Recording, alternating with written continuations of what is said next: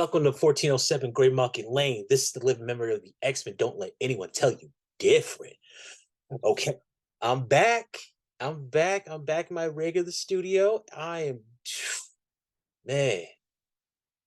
All right, or now, but I want to just jump right into it. Just jumping into it. X Force number 36, title Deep Cover. Love the name. Love the name. Now I want to listen to the song. If you ever get a chance, listen to this. They don't play it anymore for some reason because they're talking about, killing cops, but, you know, whatever. Um, Done by Ben Percy with Robert Gill, the original, not the original, but like one of the, well, he's one of my favorite X Force writers. Getting into it. So we begin with X Force doing like a undercover mission. They're sending Omega Red, Deadpool, and Domino. Not a bad team. They need more people. Um, they're getting briefed on what to do by Beast and Sage. Apparently, the team does not. They're being openly with Beast. We don't fuck with you. We listen to Sage. And this kind of, yeah, I'm curious as to what's going on because uh, in the last Wolverine issue, Beast was brought in. He was brought in on charges. So where are we going to go with that? Uh, Domino.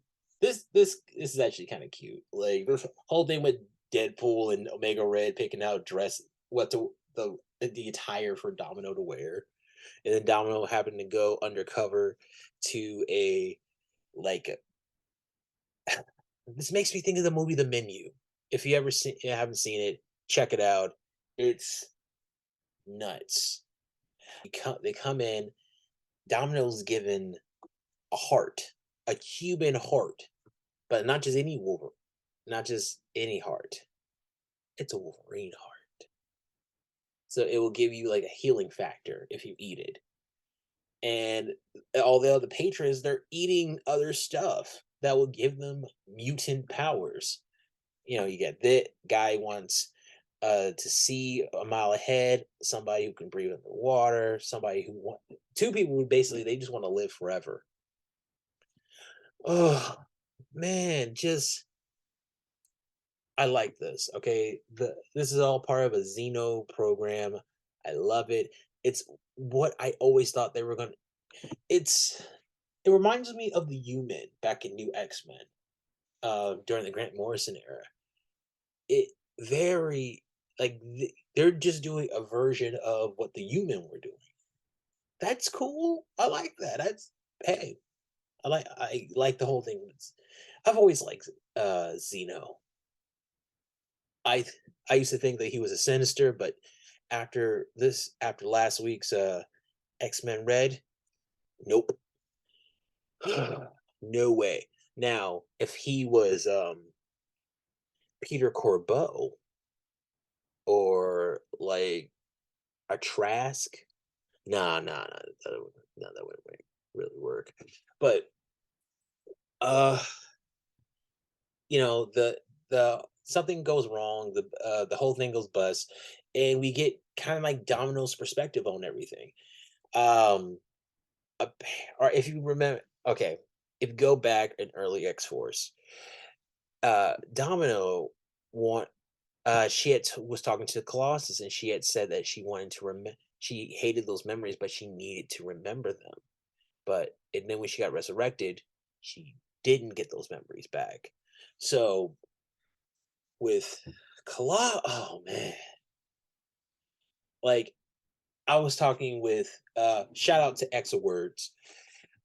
He was saying like Colossus is so boring. Colossus is not boring, bro. No, Colossus is very interesting. It's just a lot of people love to put him in pain. And I really like how come on, if you're Colossus, Like, just this is a little rough. Like, he always gets screwed over.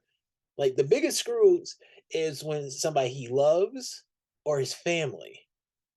Like, he's been screwed like 3 or 4 times by his sister. And he's been screwed countless times by his older brother. And he loves both of them. It's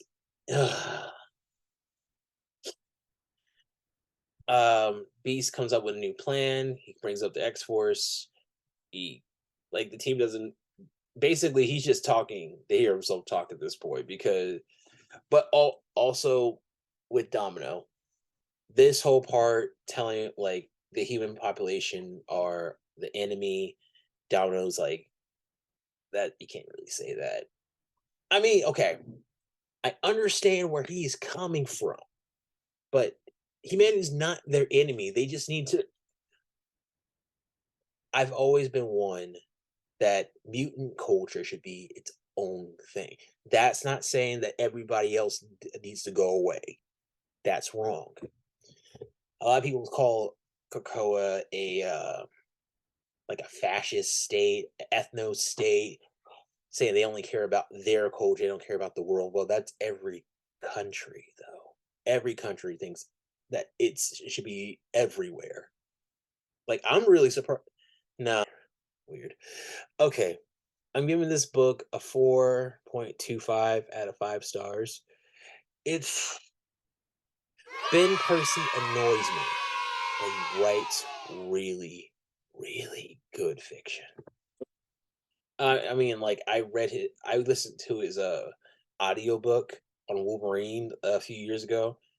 Man, he really wow. I don't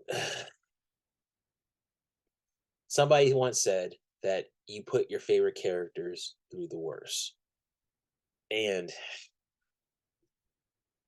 yeesh. Oh, also, this part. So I hope we figure out what's going to going on with Kid Omega, or maybe we got have a new Kid.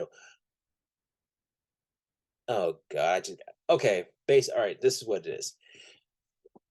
They basically cloned a version of Kid Omega, but they don't have the technology to age him up. So right now they're just kind of like or maybe they have a version, but it's not as good, so they're aging him up like little by little. So it's interesting. Oh, would it be crazy if Zeno was actually a version of Kid Omega? Crazy. All right, it's 1407 Great Malkin Lane. Signing out.